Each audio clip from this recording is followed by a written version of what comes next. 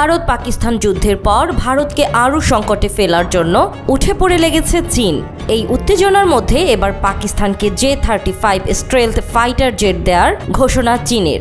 পাকিস্তানের সাথে এই চুক্তি বাস্তবায়িত হলে এটি চীনের পঞ্চম প্রজন্মের যুদ্ধ বিমান এবং পাকিস্তান হবে এই উন্নত প্রযুক্তির যুদ্ধ বিমান ব্যবহারকারী প্রথম দেশ।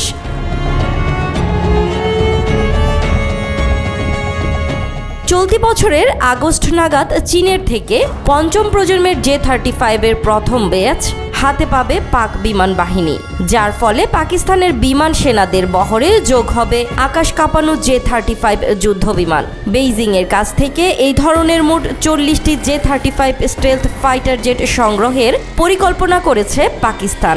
দামের ক্ষেত্রেও চীন সরকার দিয়েছে 50% ছাড়, আর চীনের এমন উদারতাই ভাবাচ্ছে ভারতের সমর বিশ্লেষকদের।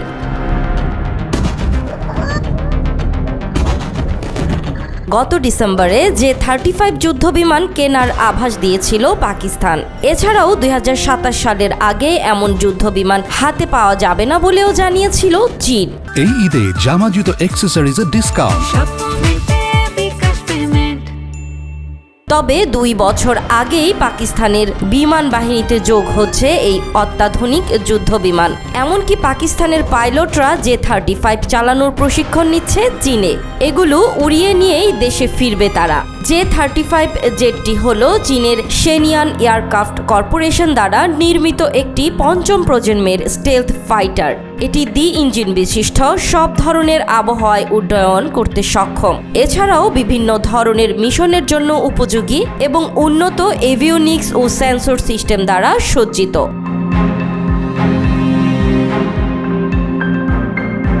এই চুক্তি পাকিস্তান ও চীনের মধ্যে দীর্ঘদিনের সামরিক সহযোগিতার একটি নতুন অধ্যায় সূচিত করতে পারে। চীনকে ইতোমধ্যে পাকিস্তানের প্রধান অস্ত্র সরবরাহকারী দেশ বলা যায়। এদিকে ভারতের জন্য পাকিস্তানের এই যুদ্ধাস্ত্রের উন্নয়ন একটি নতুন চ্যালেঞ্জ হিসেবে দেখা দিয়েছে। ভারত বর্তমানে ফরাসি রাফাল এবং রাশিয়ান সুখোই 30 MKI এর মতো ফাইটার জেট ব্যবহার করছে, তবে পঞ্চম প্রজন্মের ফাইটার জেটের ক্ষেত্রে এখনও পিছিয়ে রয়েছে।